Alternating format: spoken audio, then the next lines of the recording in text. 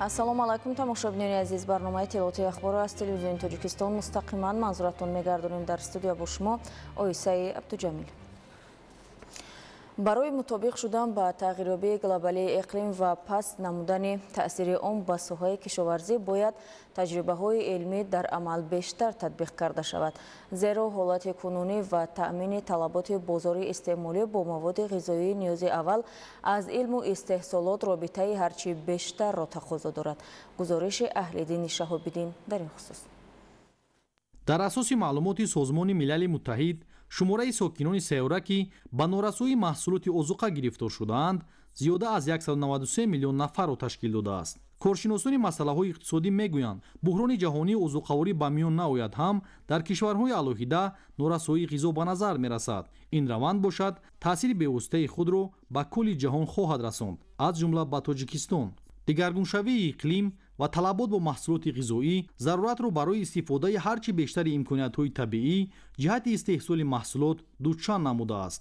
таҷрибаи солҳои охир нишон дод ки дар баланд бардоштани самаранокии замин дар сурате метавон муваффақ гардид ки раванди кунунӣ ҳарчи бештар мавриди омӯзиш қарор гирад ва кишту парвариш дар асоси таҷрибаи илмиву амалии муосир ба роҳ монда шавад.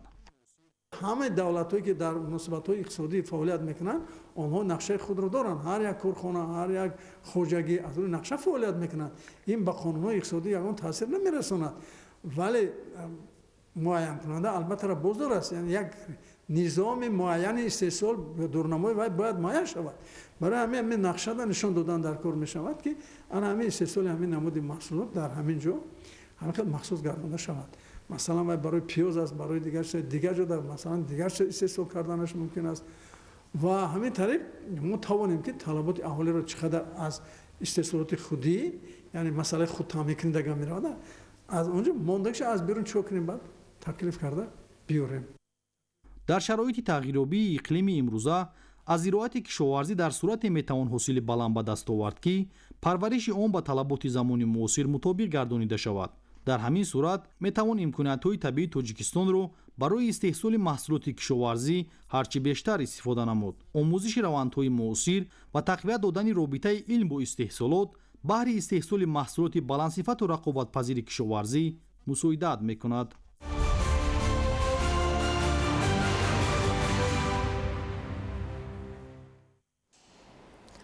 сокинони ноҳияи Вахш имрӯзҳо дар баробари истеҳсол ва фурӯши маҳсулоти ҷамъоварӣ гардида ҳамзамон барои зимистон маводи ғизоиро дар шаклҳои гуногун бахусус шарбату консерва ва хушкмева захира менамоянд.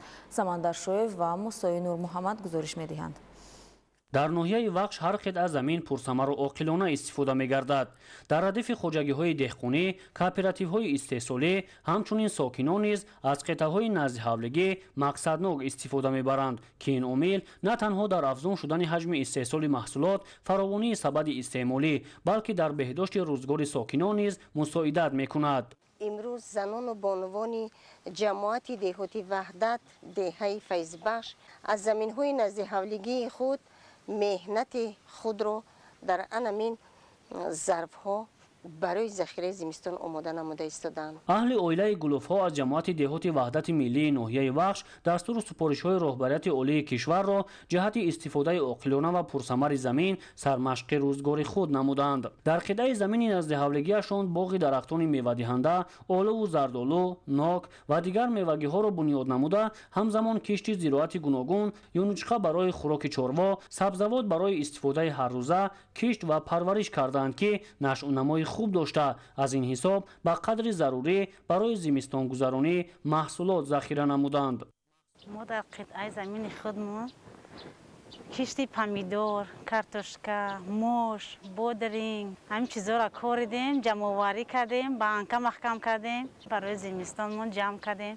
ҳар чизе ки мо аз замин мегирем, захира мекунем, дар зимистон истифода мебарем. маданияти баланди истифодабарии замин, рӯёнидани ҳосил ва захиракунонии маҳсулот қариб ки дар ҳар як хонаводаи сокинони ноҳияи Вахш бар алом мушоҳида мегардад. тавре дида шуд, дар ҳар як хонаводаи сокинони ҷамоатҳои шаҳраку деҳоти ноҳия то имрӯз аз ҳисоби ҳосили меваву сабзавоти замини назdiҳавлигӣ беш аз 300 зарфи шишагин, консерваи мураббо ва афшурдаи меваҳо омода ва захира гардидааст ки ин ин аз ҳисси баланди истифодабарии замин ва ҷонибдорӣ аз таъкидҳои пешвои миллат муҳтарам Эмомалӣ Раҳмон маънӣ дод мешавад. Самандаршоев, Мусои Нурмуҳаммад, ноҳияи Вахш, Ахбор.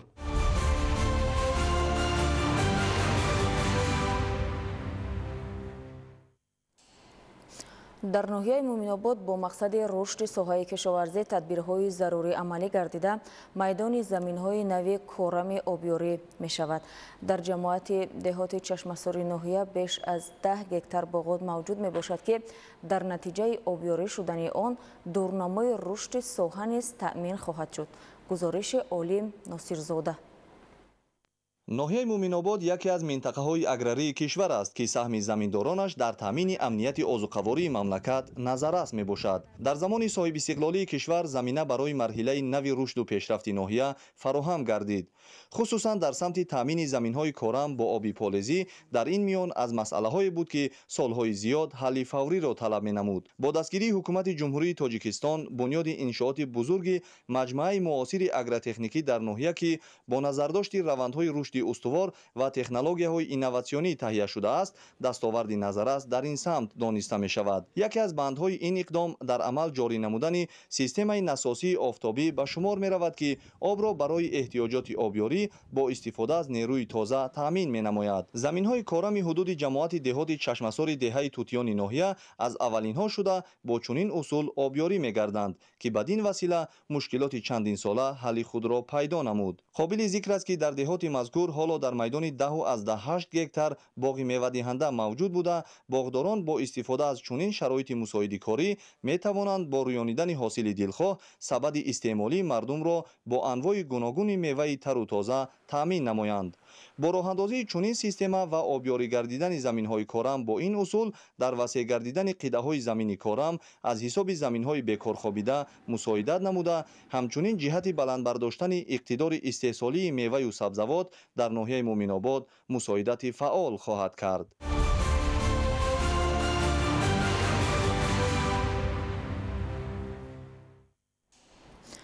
дар вилояти Суғд масоҳати боғу токзори ҳосилдиҳанда зиёда аз 75 000 гектарро ташкил медиҳад.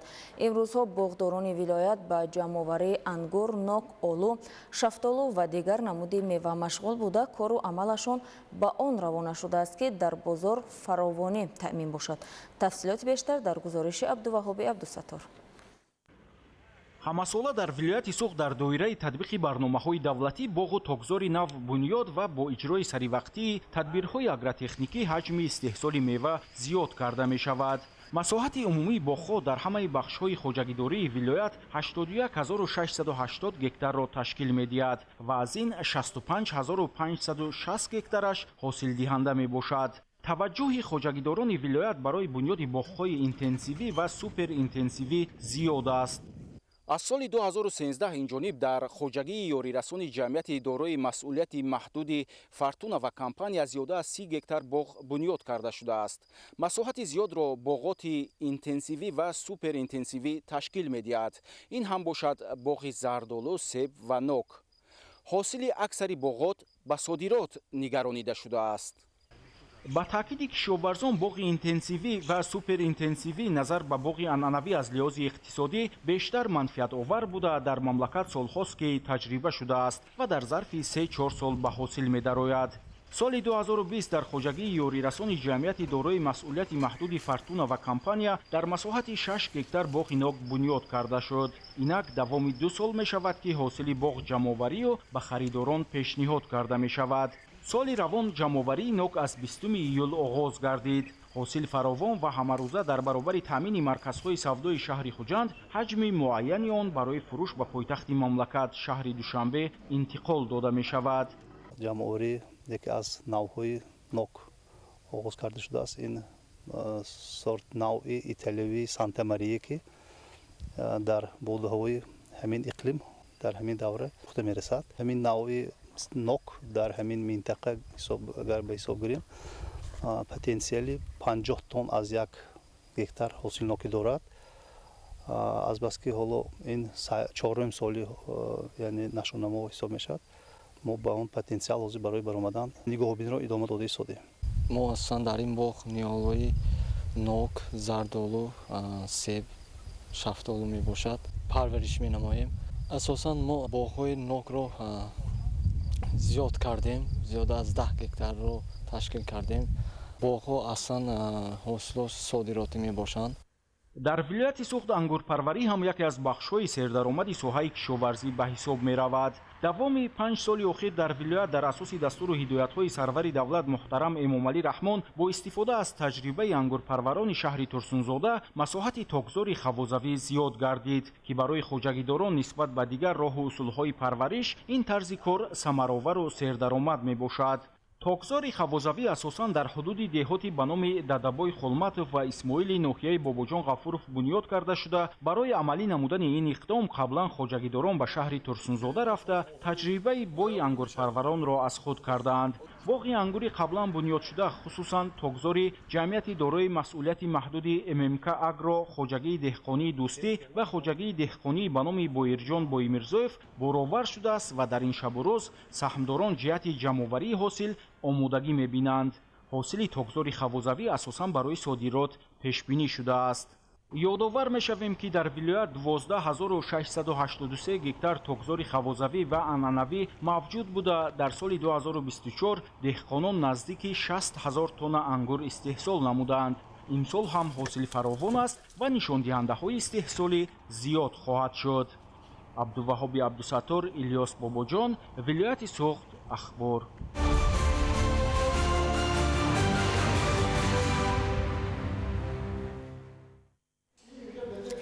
ба муносибати ворид шудани дараи алмосӣ гӯсфанди зоти ҳисорӣ ва ангури тоифии гулобӣ ба низоми мероси кишоварзӣ дорои аҳамияти ҷаҳонӣ дар шаҳри Ҳисор бо иштироки доираи васеи олимону кишоварзон дар мавзӯи гӯсфанди зоти ҳисорӣ ва ангури тоифии гулобӣ мероси миллии ҷумҳурии Тоҷикистон семинари илми амалии ҷумҳурии Тоҷикистон баргузор гардид. гузориши ҳамкорона мондани хусус. дар партави таваҷҷӯҳи доимии президенти ҷумҳурии Тоҷикистон пешвои миллат муҳтарам Эмомалӣ Раҳмон соҳаи кишоварзии мамлакат устуворона рушд намуда, дар заминаи он суботи иқтисодӣ ва амнияти озуқаворӣ таъмин карда шудааст. дар баробари дигар дастовардҳои бузурги байналмилалии Тоҷикистон рӯзҳои 7-8 июли соли равон дар шаҳри Римми ҷумҳурии Италия зимни баргузории ҷаласаи гурӯҳи илмиву машваратии созмони озуқа ва кишоварзии созмони милали муттаҳид дараи алмосии шаҳри Ҳисори ҷумҳурии Тоҷикистон гӯсфанди зоти ҳисорӣ ва ангури гулобии тоифӣ аз ҷониби ин созмони ҷаҳонӣ расман ба феҳристи низоми мероси кишоварзии дорои аҳамияти ҷаҳонӣ ворид карда шуд. ба ин хотир дар шаҳри Ҳисор дар мавзӯи гӯсфанди зоти ҳисорӣ ва ангури тоифии гулобӣ мероси миллии ҷумҳурии Тоҷикистон семинари илмӣ амалии ҷумҳуриявӣ доир гардид. дар кори семинар намояндагони вазорати кишоварзӣ, академияи илмҳои кишоварзӣ, устодони донишгоҳи аграрӣ, муовинони соҳавии шаҳру ноҳияҳои мамлакат, масъулини мақомоти иҷроияи ҳокимияти давлатии шаҳри Ҳисор ва хоҷагидорону кишоварзон иштирок доштанд. дар қисмати амалии семинар ҳозирин аз намоишгоҳи гӯсфандони зоти ҳисорӣ, ки ҳоло дар хоҷагиҳои чорводории шаҳри Ҳисор парвариш ёфта истодаанд, дидан карданд. маврид ба зикр аст, ки гӯсфанди зоти ҳисорӣ калонтарин дар ҷаҳон ба шумор рафта зоти тоҷикии аслӣ мебошад ва таърихи пайдоишаш ба давраҳои дур рафта мерасад. сипас иштирокчиён бо рафти нашъу намои ниҳолони ток ва парваришу нигоҳубини онҳо бо усулҳои анъанавию муосир дар хоҷагиҳои ангурпарварии дараи алмосӣ шинос шуданд.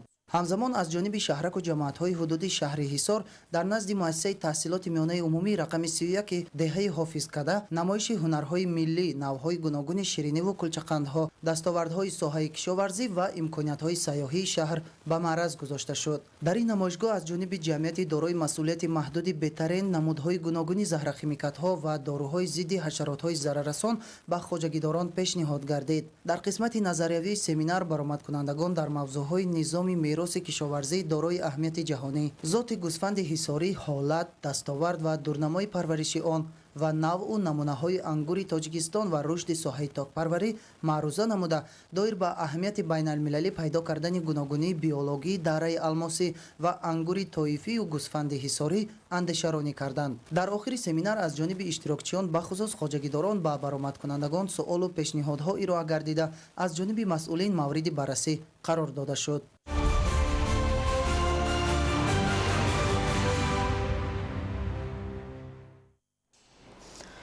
корхонаи истеҳсолии ҷамъияти дорои масъулияти маҳдуди дастранҷ дар ноҳияи рушдқалъа давоми 1 моҳ мешавад ки фаъолияти назаррас дошта дар он мутахассисони маҳаллӣ ба коркарди маҳсулоти кишоварзӣ ва истеҳсоли номгӯи зиёди шарбату консерваҳо машғул ҳастанд.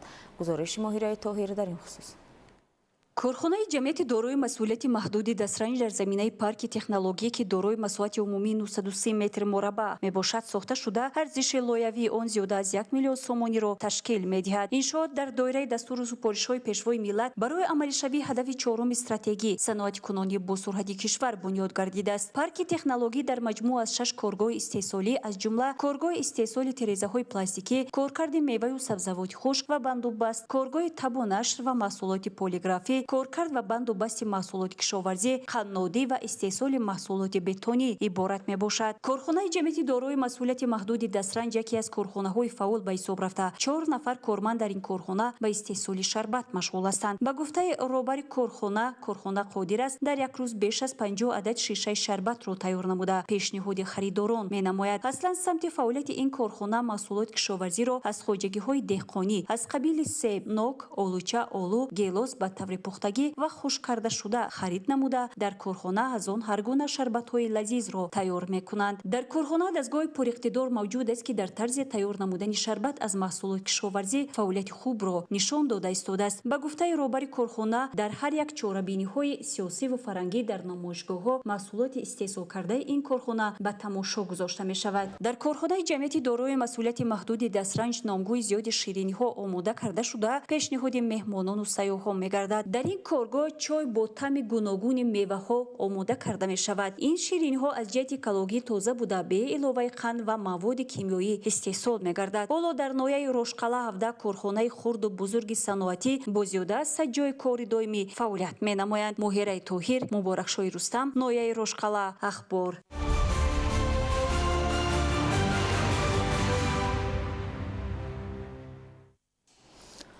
соли гузашта дар ҳудуди ноҳияи Лахш бар асари баланд шудани маҷрои дарёи Сурхоб зиёда аз 1500 метр шоҳроҳи мошингарди байналмилалӣ пурра харобу валангор гардида буд ки онро коргарон дар муҳлати кӯтоҳ барқарор карданд.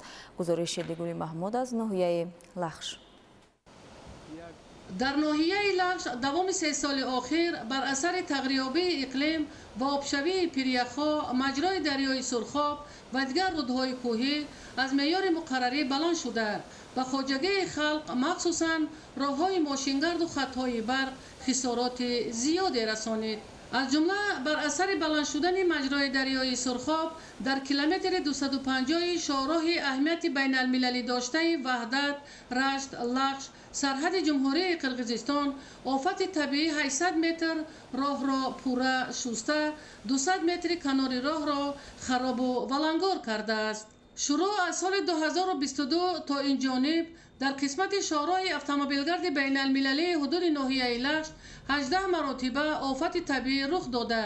коргарони дар маҳалбудаи вазорати нақлиёт онро марҳила ба марҳила аз нав барқарор карданд.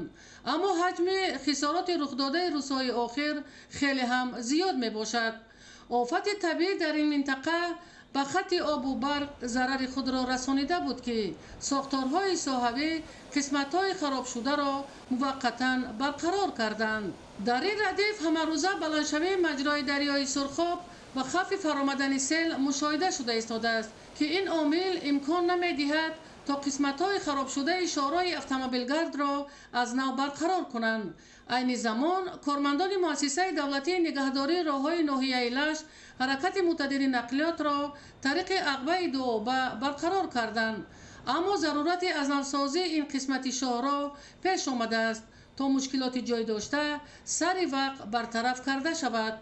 зеро рафту омади нақлиёти боркашону мусофирбар дар ин минтақаи баландкӯҳ тариқи Ағба ба талаботи бехатарӣ ҷавоб дода наметавонад. Идигули Маҳмуд, Додарҷони Мирзозода барои барномаи Ахбор аз минтақаи Рашт.